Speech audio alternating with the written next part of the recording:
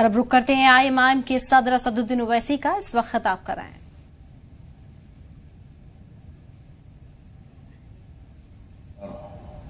وہاں پر کوئی آواز اٹھانا تو چھوڑیے، کوئی آنسو پوچھنے کے لیے تیار نہیں ہے دلت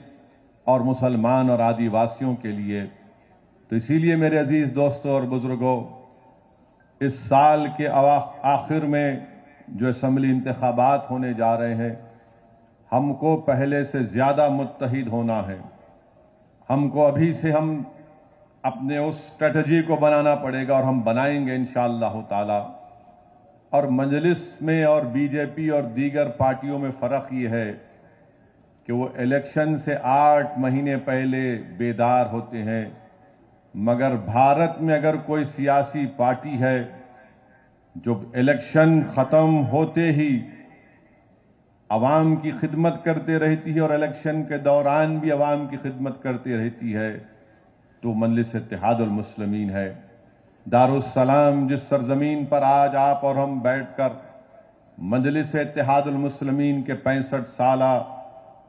جشن کو منا رہے ہیں، یہی دفتر میں MLAs،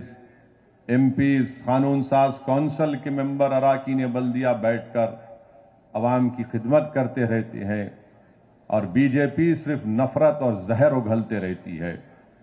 اسی لیے آج آپ دیکھ رہے ہیں کہ تلنگانہ کی عوام BJP سے تنگ آنا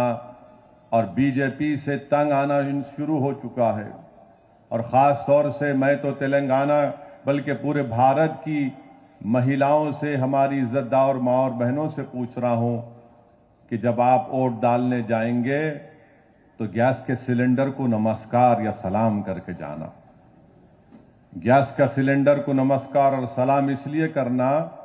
کیونکہ گیس کے سلنڈر میں مودی جی نے جو ہوا چھوڑی ہے، اتنا مہنگا گیس کا سلنڈر ہو چکا